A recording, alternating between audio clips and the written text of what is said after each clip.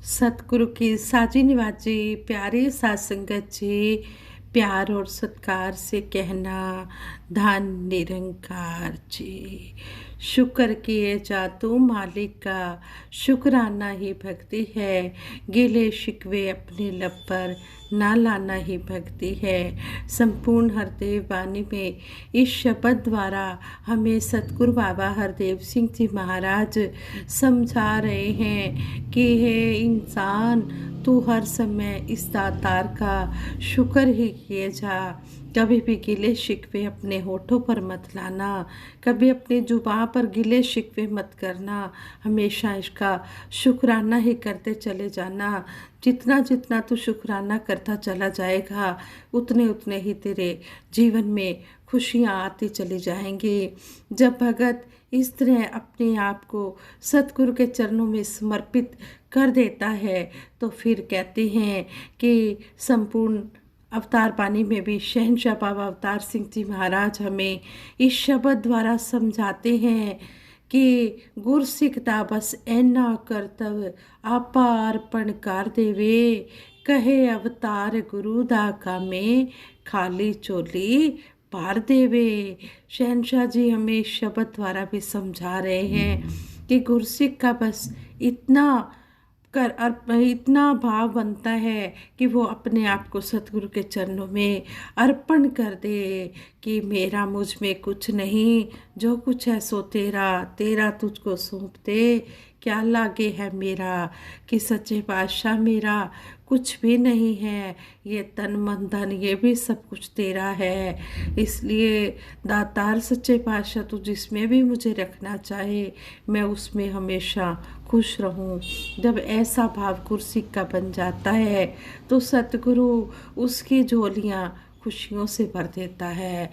इस तरह हमें समर्पित भाव में रहना है और शुक्राने का भाव हर समय करते चले जाना है। ये हमें सतगुरु समझा रहे हैं। सतगुरु माता जी और राजपिता जी के आशीर्वाद से दासी ये विचार रखने जा रही है। आप जी ये विचार प्रवान करें। अगर कोई गलती हो जाए तो क्षमा करें। एक बार किसी ने बर्फ़ से पूछा कि तू इतनी ठंडी कैसे रहती है। बर्फ़ ने कहा, मैं कल भी पानी थी और मेरा आने वाला भी पानी ही होगा। मुझे यह हर समय याद रहता है, फिर मुझे किस बात की चिंता है। भगत भी इसी तरह ठंडे रहते हैं। उनको याद रहता है कि कल भी ये निरंकार था और आज भी ये निरंकार है। ये इसने कल भी मुझे संभाला है और आगे भी मुझे संभालेगा। यहाँ भी ये लेकर आया है, आगे भी ये लेकर जाएगा। फिर मैं क्यों चिंता करूँ। मैं तो खाली हाथ इस संसार में आया था और खाली हाथ ही चला जाऊँगा। संसार में फिर किस बात की दौड़ है। यह जीवन कोई कंपटीशन नहीं है, कोई खेल नहीं है। कितनी मर्जी कोई पढ़ाई कर ले, कितनी मर्जी कोई डिग्रियां इकट्ठी कर ले, यह तो सिर्फ ये जो डिग्रियां हैं ये 60 साल तक ही काम आती हैं, सब दीवार पर ही टंगी रहती हैं। इसी तरह इंसान ये दुनिया में पदार्थ जितना मर्जी इकट्ठा कर ले, कहते हैं कि ये सब वजन ही है। जो सहज में मिला है सब सतगुरु की कृपा से ही मिला है। हमने हर पल इसका शुक्रिया करना है। जो नहीं मिला है उसका फिक्र नहीं करना है। यही भक्ति है। जिस तरह कहते हैं कि भगवान श्री कृष्ण जी जब छोटे से थे, बाल्यावस्था में थे, अपने घर के आंगन में खेल रहे थे, उनके घर के आगे से एक फल बेचने वाली बुजुर्ग माता जा रही थी और आवाज़ दे रही थी कि कोई फल ले लो, कोई फल ले लो। इतने में भगवान श्री कृष्ण जी के कानों में ये आवाज़ पड़ी। वो दौड़े दौड़े घर से बाहर आए और कहने लगे, माता मुझे फल दे दे। आगे से माता कहती है कि घर में कोई बड़ा है। तो वो कहते हैं कि नहीं, घर में मेरी माता जी नहीं है। तो आगे से बुजुर्ग माता फल बेचने वाली ने कहा कि इनका मोल, इस फल का मोल भाव कौन करेगा। तो श्री कृष्ण जी छोटे से थे, कहते हैं माता ये मोल भाव क्या होता है। बुजुर्ग माता ने कहा कि मैं फल दूंगी और फिर फल के बदले तुम्हें पैसे देने होंगे, वो दाम कौन चुकाएगा। तो आगे से वो कहने लगे, श्री कृष्ण जी कहने लगे मेरे पास पैसे तो नहीं है, मेरे घर में अनाज ज़रूर पड़ा है, अगर माता आप कहो तो मैं थोड़ा सा अनाज ला दूंगा। तो वो माता, पहले तो बुजुर्ग माता डर गई, कहने लगी कि अब इस तरह मैं फल कैसे दूं। फिर वो माता कहती है कि बिना दाम के, बिना कुछ लिए मैं फल भी नहीं दे सकती, मैं तो बहुत गरीब हूँ, मैं अपने घर का गुजारा कैसे करूँगी। उस माता ने कहा चलो आप अनाज ही ले आओ। भगवान श्री कृष्ण जी अंदर दौड़े दौड़े गए और अपनी मुट्ठियों में जितना भी उनके हाथों में अनाज आया, उन्होंने अपने हाथों में वो अनाज भर लिया और माता को देने के लिए चले आ रहे हैं। नन्हे नन्हे हाथों में अनाज लिया हुआ है और घर के बाहर आ गए हैं और माता को कह रहे हैं, माता, फल बेचने वाली माता को कह रहे हैं माता मैं आपकी गोद में बैठ जाऊं। वो माता एकदम से डर जाती है, क्योंकि उन दिनों ये जात पात का बहुत ही बोलबाला था। वो कहने लगी माता कि मैं तो बड़ी छोटी जात की हूँ और ये भगवान श्री कृष्ण जी तो बहुत ऊंचे कुल के हैं, अगर किसी ने देख लिया तो मेरा बुरा हाल कर देंगे। वो माता डर जाती है। वो माता कहती है मैं आपको कैसे अपनी गोद में बिठाऊं। लेकिन भगवान श्री कृष्ण जी ने माता का जवाब नहीं सुना। वो माता की गोदी में बैठ गए और माता ने जब उनकी ये दिव्य मोहनी मूरत देखी, वो माता उसमें इतनी खो गई कि माता ने फलों की पूरी टोकरी ही उनके आंगन में डाल दी, उनको दे दी। और भगवान श्री कृष्ण जी ने वो जो अनाज हाथ में लिया हुआ था, कुछ दाने तो आंगन में ही गिर गए लाते लाते, और जो दाने बचे वो सारे उस फल वाली टोकरी में डाल दिए। और वो माता बड़ी खुश हो रही है, कह रही है आज तो बहुत अच्छा सौदा हो गया है। लेकर वो टोकरी अपने सिर पर रखकर अपने घर की ओर आनंदित अवस्था में जा रही है। और जब घर जाकर वो टोकरी रखती है तो जो वो गेहूं के दाने थे वो हीरे जवाहरात बन जाते हैं। वो माता कहती है कि ये किस तरह ये भगवान की लीला हुई है। साथ संगत जी, कहने का भाव यही है, होता है कि जब हम अंदर बाहर से समर्पित हो जाते हैं, अर्पित हो जाते हैं इसके चरणों में, जिस तरह वो माता ने फिर कोई मोल भाव ही नहीं किया, सारी फलों की टोकरी ही वहाँ पर सारी दे दी। उन्होंने कोई मोल भाव नहीं किया, कोई उनके मन में लोभ लालच नहीं आया, कोई व्यापार की भावना नहीं आई। तो किस तरह उन्हें बिना मांगे ही इतना कुछ मिल गया।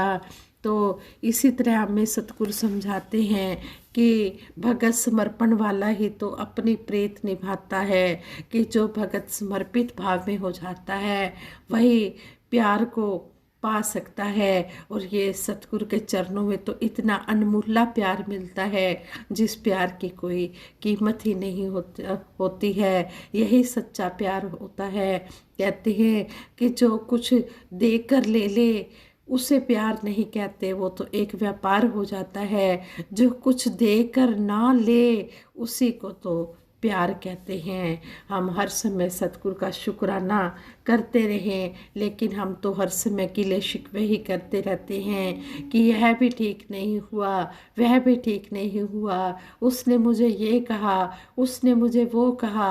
हम इन व्यर्थ की बातों में ही पड़े रहते हैं और अपना ये अनमोल हीरे जैसा जन्म इन बातों में गंवा देते हैं। तो हमने इस तरह नहीं करना है। हमने हर पल सतगुरु का शुक्रिया अदा करने के साथ साथ अपना समर्पण भाव भी करना है। हमारे मन में अच्छे व्यवहार ही बने रहें और हम सतगुरु की शिक्षा को अपनाते रहें। ऐसे ही दासी एक छोटी सी स्टोरी भी आप जी के चरणों में अच्छे व्यवहार के ऊपर ही शेयर करने जा रही है।